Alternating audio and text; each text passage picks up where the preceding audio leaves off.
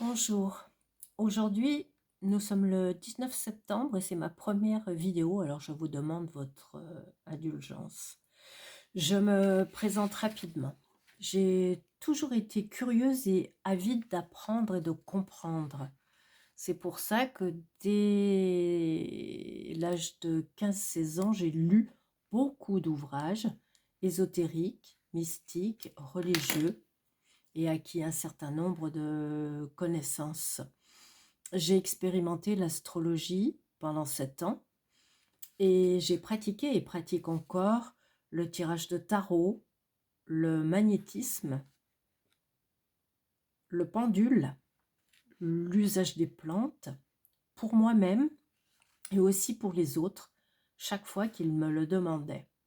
C'est pour ça que je vous propose de partager mes connaissances et mes expériences dans ces domaines qui me tiennent à cœur, en passant avec vous des moments sous forme de vidéos, de shorts et de podcasts. Les derniers verrous de ma timidité viennent de lâcher grâce à un rêve récent que j'ai fait il y a quelques jours. Ma mère, décédée en 2021, me soufflait: mais n'attends plus, fais-le et aie confiance. Les verrous aussi ont sauté avec les encouragements de mon fils, à qui je dédie cette première vidéo. Vous avez ici l'image de mon lieu de travail. Je me mets toujours sous la protection de Marie et des anges.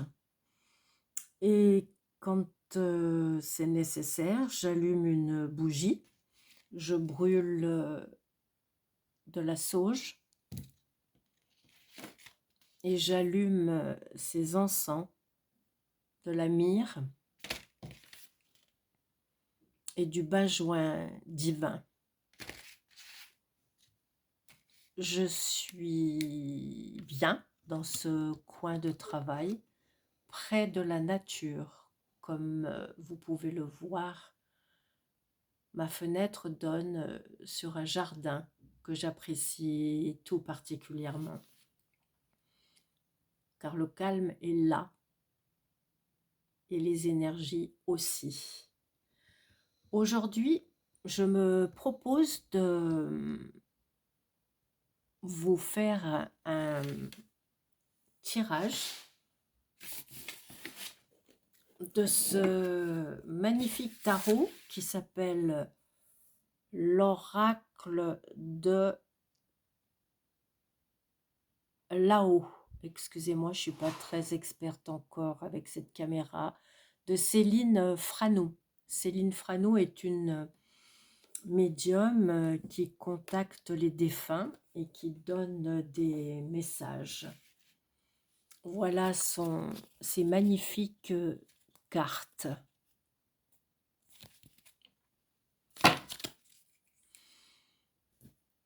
Je viens de sortir pour vous l'horizon. Belle carte avec le soleil et la montagne au fond. Je vous en donne la signification. Signification et énergie de cette carte.